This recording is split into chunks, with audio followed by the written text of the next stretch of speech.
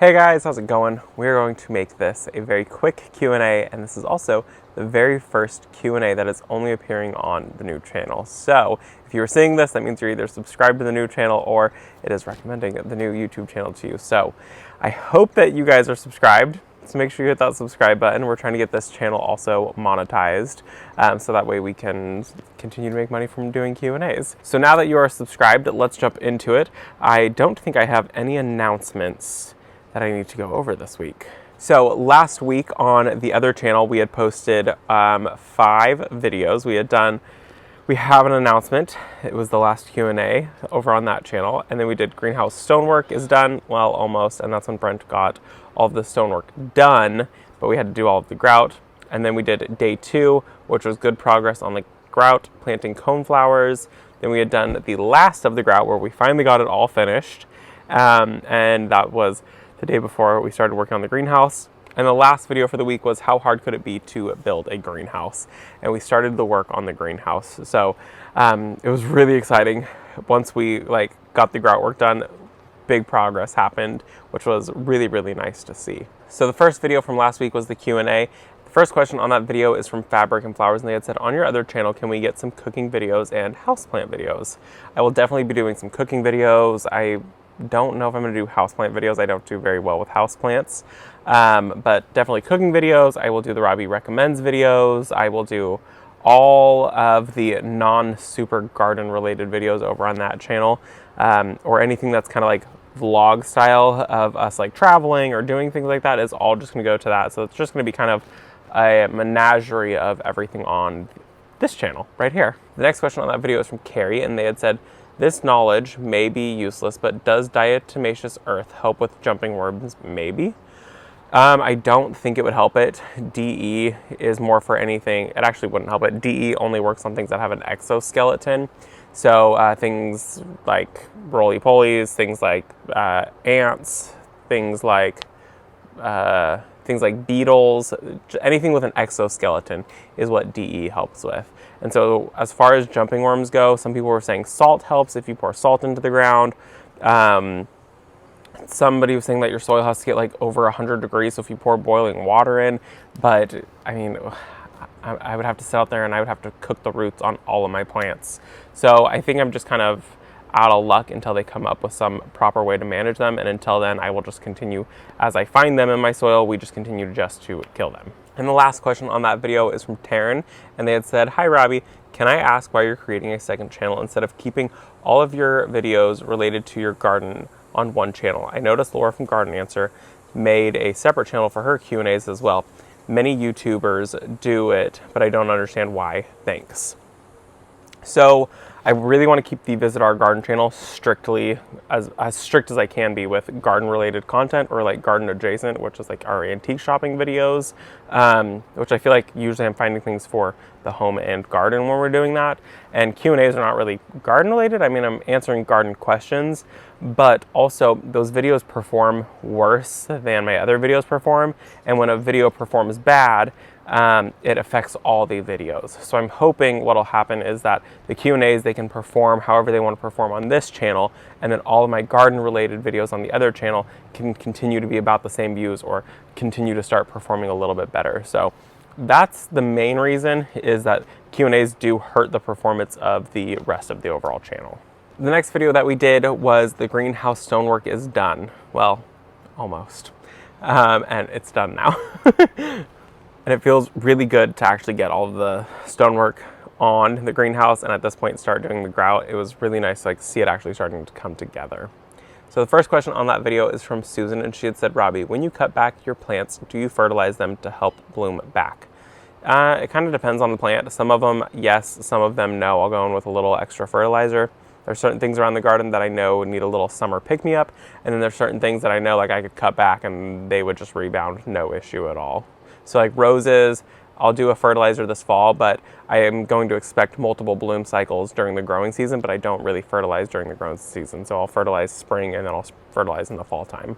The next question on that video is from Susan, and she had said, why didn't you leave the tubers in ground when you removed the dahlias? I did not like those dahlias, so they're not one that I want to keep, so I don't want the tubers anymore. The next question on that video is from Lynn, and she had said, first off, could Freya be any cuter? No, love her. The greenhouse is progressing wonderfully. The aviary. I've run out of exclamation points. Question, do we still ask questions here or on the new channel? The Bermuda Beach Petunias are the same color as Bubblegum. They look it on camera today anyways. Okay, so questions can be asked if you want your answer. If you want questions answered for the Q&As, you're watching this Q&A on the new channel, but you'll still ask questions on the other channel, just like you guys are normally asking questions, and I will be pulling them and answering them here on the Q&A. And then I will probably also answer any questions still that show up on the Q&A. So normally we do 5 videos that we pull questions from. We'll probably end up doing all 6 videos, so the Q&A plus our 5 garden-related videos. So starting Monday over on the original channel, the Visit Our Garden channel, it won't be a Q&A, it'll actually just be a garden-related video that I'm really excited for you guys to see. It's one that I've been working on for a while, so I hope that you guys enjoy it. It's a big deal for me. It's a really big partnership video that's coming out, and so make sure you guys check it out and leave a comment. Help support me on that one.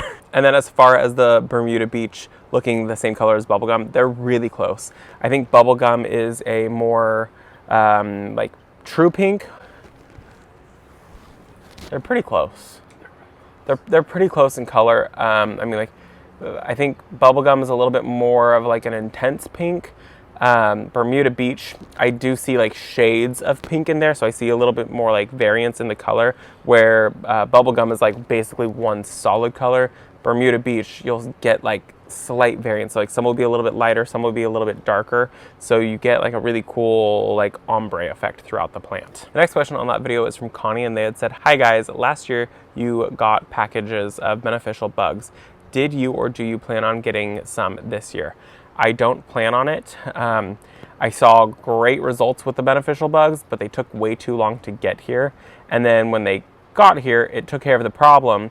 But the issue with beneficial bugs is once there's no more pest for them, they leave, and then sometimes the pest will come back, and so you have to get more beneficial bugs again to stay up on top of it. So that was kind of my issue, is like they would get on top of it and then they would leave to go somewhere else to eat, and then the pests would come back. So while it worked great to get rid of them, I don't think it's something that like financially makes sense. They're so expensive versus just spraying something.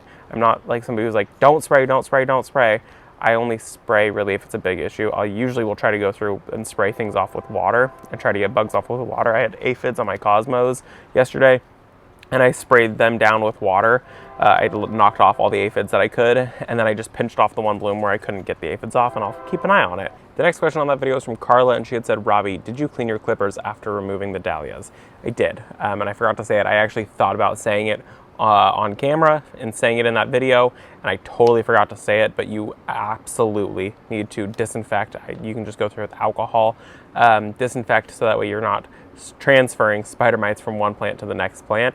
So after you touch something with spider mites, I actually go in and I wash my hands, and then I disinfect my clippers. So yes, very important to do that, and I was actually really annoyed at myself that I forgot to say it in that video. And the last question on that video is from Fabric and Flowers, and they had said, I love that stone. I feel like I should know this, but what does Brent do for work? I'm sure you have told us. I am just forgetting. So before we started YouTube, he did graphic design, and he worked for a company, and then during COVID, they actually ended up shutting down. And then he came and he kind of like just hung out, and I worked on YouTube, and I also did hair, and he did some YouTube stuff. He like did a lot of the prep stuff for it. And then he got a job working for a diabetes company, diabetes education, teaching people like in the industry about diabetes.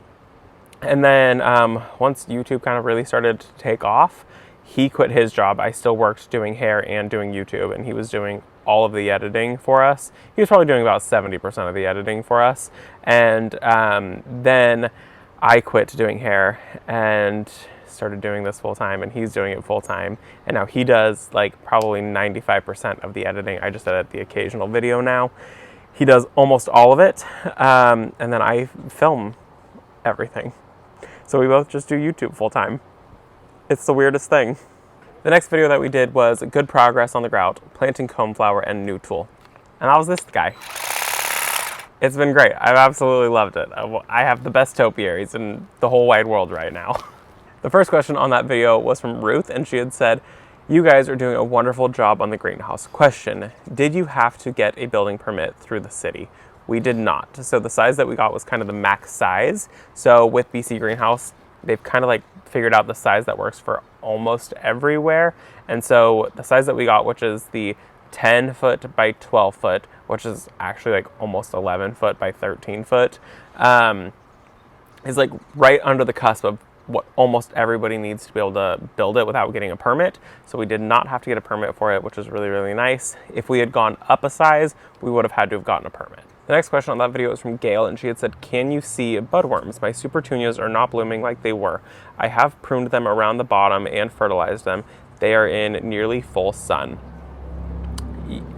Yes, you can see them, but they do really good job at hiding. They hide during the day, so they feed a lot during the nighttime. They're also usually the same color as the plant or the flowers, so it's really hard to see them. The ones that I found, I'm like sitting there and I am searching for them. When you find your first one, then you will know what to exactly look for.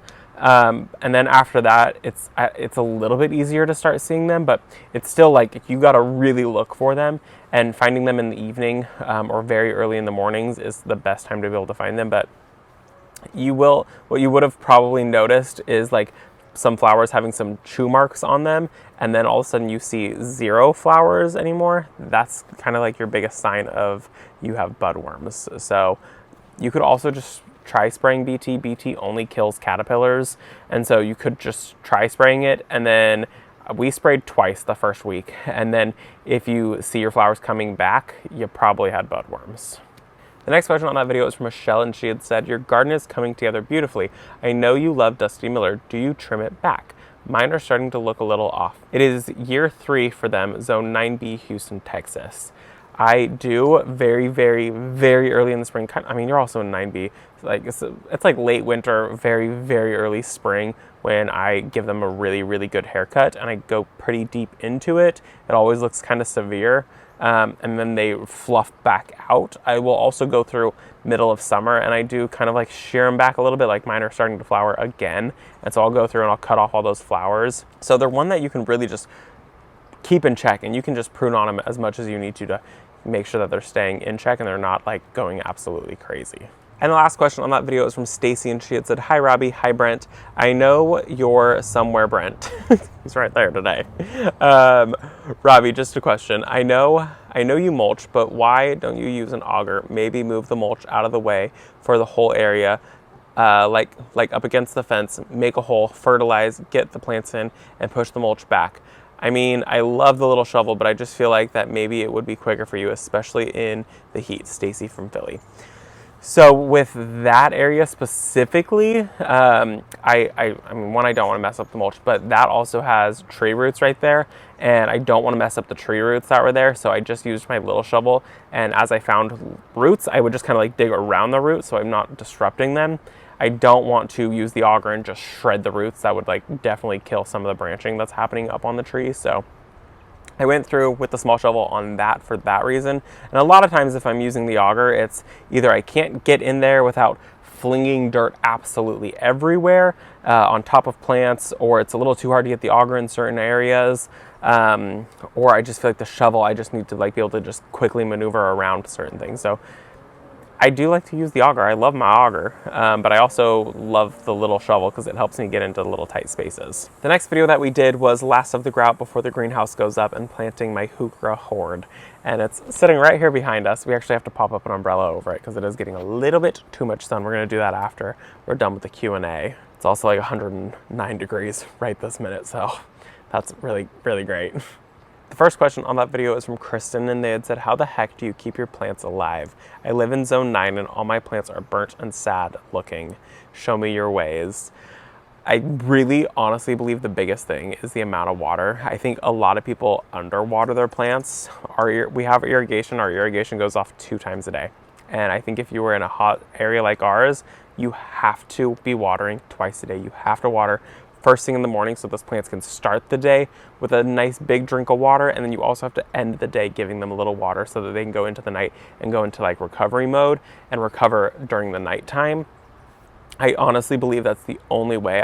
I hear people who are like, I watered for 15 minutes at nighttime. I'm like, okay, well, your plants got watered at nighttime, and then they didn't get any water until the next night, and it was 109 degrees. So I truly believe that people are not watering long enough or or often enough. And that's the only way that we keep plants alive here is we go through a lot of water.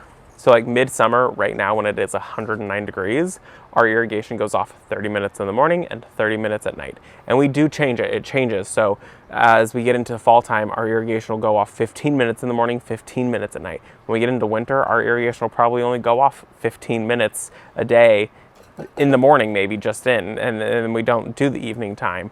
So you have to adjust your irrigation throughout the year and throughout the day. And there's some days that we're like, oh, you know what? Everything looks like it could use a little extra drink of water, and we'll turn our irrigation on for an extra 10 minutes middle of the day. The next question on that video was from Lion Hawaii, and they had said, Robbie and Brent, the greenhouse and garden look magazine worthy. I have a question. What tool do you use to put the drip lines into the ground to lead to the flower beds, especially going through the grass to the beds? Thank you.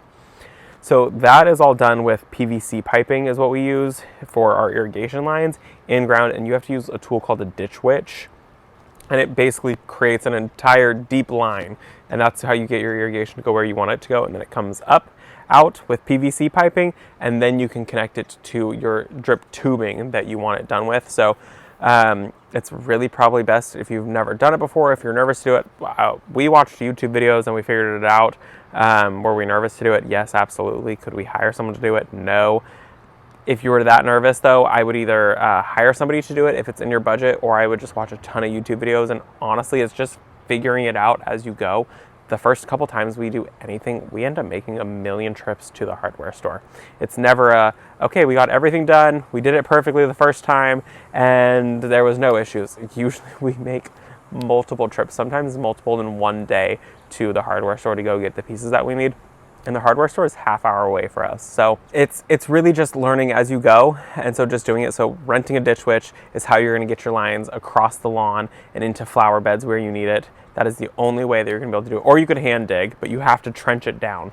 You have to trench down to get PVC pipes laid, and then you hook those into your lines where your city water comes in from, or your well water. What we also did when we first moved here was we had our irrigation line that came up, and then we ran it over to our fence line, and then we ran irrigation. We ran our pipe on top of the ground, and we just left it on top of the ground for a couple years because that was the easiest thing for us to do. We were still a little bit nervous on what to do. So if you're nervous, you can just run it on top of the ground for a couple years. It'll last a couple years on the ground. It'll get brittle after a few years baking in the sun. It's not a permanent solution, but until you're more confident to get it dug into the ground, and you're like, I just got to get some irrigation on some things, that's what we did, and it worked perfectly for us. And the last question, which is kind of a little bit more of a comment, is from Lucy, and they had said, I just have to ask Robbie, did you ever think you would become such a fantastic gardener and garden designer? Man, you have grown over the last few years. I'm here for it.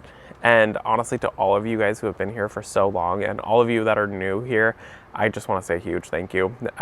This has been the craziest journey. This has been the craziest thing I've ever done, is both of us quitting our jobs and creating YouTube videos full time. And I still don't think of myself as like a good gardener. I think of myself as kind of like a fun, relaxed gardener. I make so many mistakes. I love showing off my mistakes and telling you guys, well, this didn't work, or that did work, or whatever. I try to be super casual. I'm like, at the end of the day, it's just gardening. It's not that serious. And so I don't ever really think of myself as like a garden designer or anything like that. And I get messages all the time on Instagram of people asking me, hey, can you help design my garden? What do I do for my garden? Help me do my garden. And I'm like, I don't know. I wouldn't want that responsibility, because while I had a clear vision of how I wanted our property years ago, before we really even really started YouTube doing it so much, I had this vision of it, but it did turn out better than I envisioned. It's just, I don't know, I don't think of myself as like any type of garden designer or landscape designer or anything like that, or even a fantastic gardener. So to all of you that are here and enjoying the journey with us, I just want to say thank you. And the last video for the week was, how hard could it be to build a greenhouse? And we made a lot of progress on the greenhouse. No spoilers, The greenhouse is built. I cannot wait for you guys to see it. You guys will see it this week over on the main channel. It's fully built. It's even better than we thought. I'm going to let you know right now, Brent and I did not argue at all during this, which was really unusual for us. We definitely got like frustrated because it was like 100 degrees out while we were working, and we probably stayed out working a little bit too long and tried to come out a little too early in the mornings and come out a little too early in the afternoons because we would take a little break midday from building on it. It took a day longer than we expected, and some things definitely went wrong. But it looks so good, and I cannot wait for you guys to see the finished greenhouse.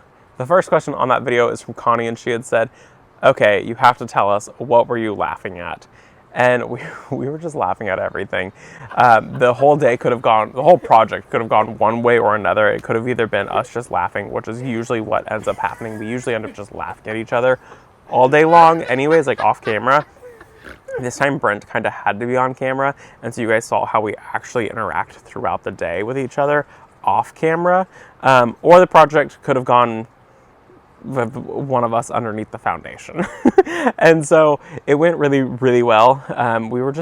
We have a lot of like really stupid inside jokes, and so we just repeat the inside jokes. Or like the one time that we were like hysterically laughing was I was climbing up there, and you have to drop the screws in, and so I climb up on the like ledge, and I'm like, okay, let me drop the screw, and I actually fully dropped the screw, and we just, I don't know, it just made us like absolutely lose it. And so there was just multiple times like little things happened, and it just kind of like sent us into a full-on belly laugh. The next question on that video is from Corey, and they had said, Robbie, this is so exciting, and it's not even my greenhouse. Are you still going to be able to sit in it at night?